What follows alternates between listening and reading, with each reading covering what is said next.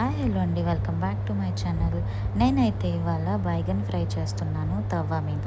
Okay, ఇక్కడ ముందుగా నేను తీసుకున్నాను శనగపిండి.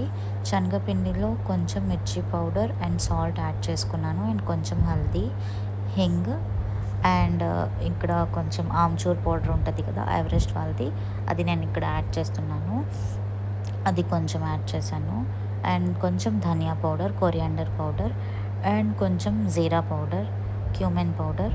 ఓకే, ఇవన్నీ మంచిగా మనం హోమ్ మేడ్ గరం మసాలా కూడా యాడ్ చేసుకోవాలన్నమాట.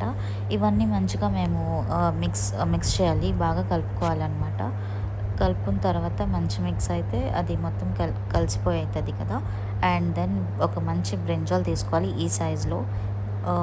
ఇలా ఈ రౌండ్ షేప్లో కట్ చేసుకోవాలి. ఏదైతే మొత్తం మిశ్రమం ఉంటుంది కదా, ఈ మిక్స్చర్ మేము ఇందాక మిక్స్ చేసింది, అది అంతా కోట్ చేయాలి. ఫోక్తో